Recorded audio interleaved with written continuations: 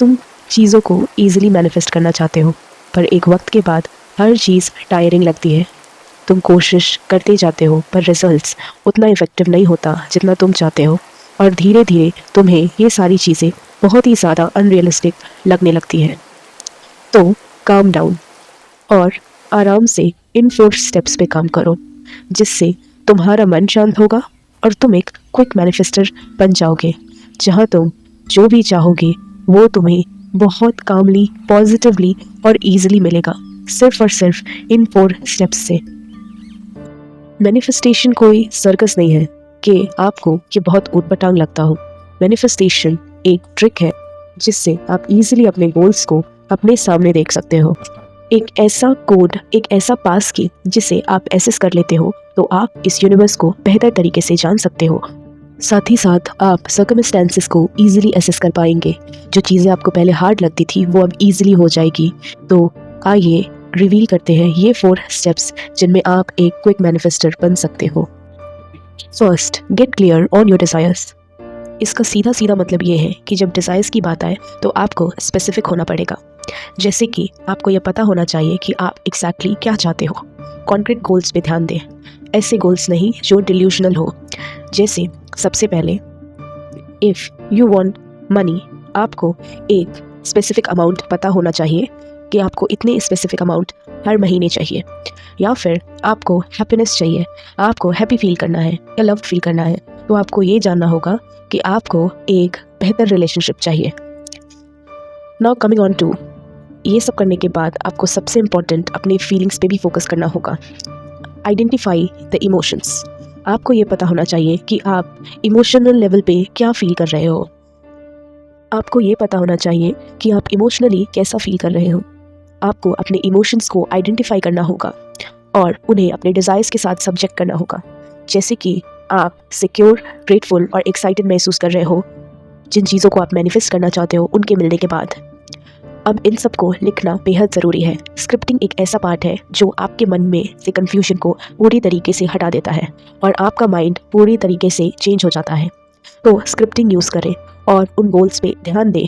अपने आप को समझाने की और पॉजिटिव रखने की कोशिश करें और जर्नलिंग में ये ज़रूर इंक्लूड करें जैसे कि आपके डिज़ायर्स पहले ही फुलफिल हो चुके हैं और अपने आप को वैसे सेंसेस में इंगेज करें। अब बात करते हैं सेकेंड स्टेप की, जिसमें आता है कल्टिवेट अ पॉजिटिव माइंडसेट। हाँ, पॉजिटिव माइंडसेट होना बहुत ज़रूरी है।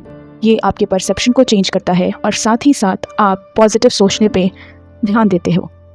लाइफ में माइंडसेट और परसेप्शन बहुत इंपॉर्टेंट रोल प्ले करते हैं। अगर आप पॉजिटिव चीज़ें और पॉजिटिव बदलाव चाहते हो तो आपको उस फ्रीक्वेंसी में होना बहुत ज़रूरी है।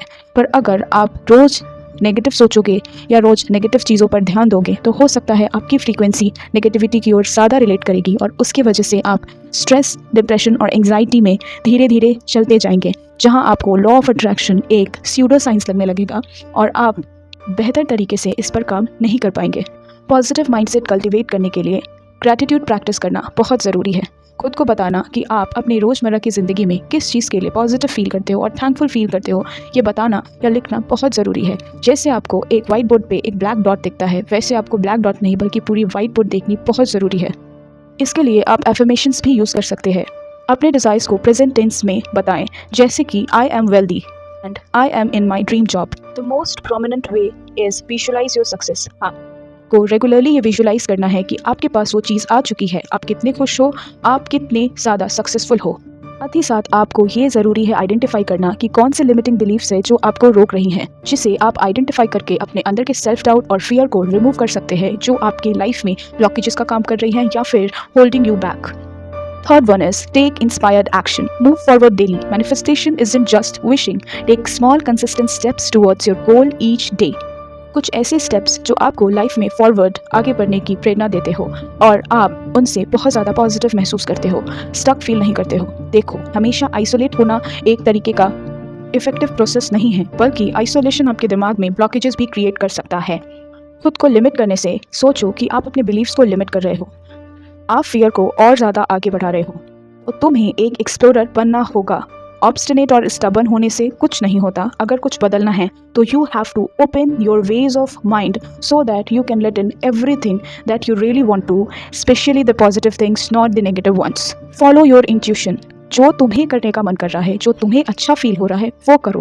खुद को बर्डन करना या खुद को किसी शेप में ढालना इंपॉर्टेंट नहीं है, बल्कि आपका मन क्या कहता है, आपका मन क्या करना चाहता है और आप कैसे मेंटली हेल्दी रहोगे, आप कैसे अपने गोल के तरफ तेजी से बढ़ सकते हो, ये बताता है आपको कि आप एक इफेक्टिव लर्नर हो। और इस तरीके से आप अपने स्ट्रेस से भी ओवरकम कर सकते हो, एज वेल एज आप डेली लाइफ में बहुत ही ज़्यादा चेंज की तरफ जाने में नहीं बल्कि चेंज को लाने में विश्वास रखोगे। The last and the most useful step की बात करूं अगर मैं, तो रिलीज एंड ट्रस्ट। देखो, हमेशा किसी चीज़ को पकड़ के रखना, एग्जैजरेट करना या फिर उसके बारे में ओवर थिंक करना आपके दिमाग को नेगेटिव रिजल्ट्स में ही तब्दील कर सकता है। यानी कि आप और ज़्यादा स्ट्रेसफुल महसूस करने लगते हो, आप रीजनिंग करने लगते हो कि ये चीज़ें सही है या गलत। तो मोस्ट इम्पॉर्टेंट थिंग है कि जैसे आप इजीली कुछ नेगेटिव चीज़ों पे बिलीव कर लेते हो, वैसे ही आपको इस पे भी ट्रस्ट करना चाहिए और ब्लॉकेजेस को रिलीज करना चाहिए। वो थॉट, वो ओवर थिंकिंग जो आपको मेंटली पॉजिटिव होने से रोक रही है, आपको बॉडीली फिट होने से रोक रही है, उनको आपको रिलीज करना चाहिए। किसी चीज़ को पकड़ के रखना और उसकी चाहत में बहुत ज़्यादा डिल्यूशनल हो जाना भी बहुत अच्छा नहीं होता है। अगर आपको डेली एक फुली फंक्शनिंग पर्सन बनना है तो एक टाइम एंड एक रूटीन पर चलो, जिसमें कि तुम्हारा एक टाइम रहेगा जहां तुम मैनिफेस्टेशन की बात करोगे और तुम अपने गोल्स को अचीव करने के लिए ये सारे प्रोसेस एंड रिचुअल्स करोगे, एंड बाकी टाइम तुम इफेक्टिवली वर्क करोगे, एक्शन लोगे। यानी ये नहीं कि दिन भर उसके थिंकिंग में तुम ओवर थिंक करते रहोगे, मेंटली फिजिकली अपने आप को अनफिट करते रहोगे। At the end, trust the process. Understand that manifestation is a continuous process. Have faith that your efforts will lead to your goals. जैसे आपने कोई हेल्दी डाइट लेना स्टार्ट किया और आप रिजल्ट्स एक दिन में नहीं देखते हो, बल्कि चेंज एक कॉन्टिन्यूस प्रोसेस है और आपको इवॉल्व करने के लिए इवोल्यूशन भी एक कॉन्टिन्यूस प्रोसेस है। तो बदलाव धीरे धीरे आता है और बहुत कॉन्टिन्यूस रहता है। तो विश्वास रखो and your efforts will lead to your goals. So stay positive, stay tuned with Mentally Healthy, believe in you and believe in the universe.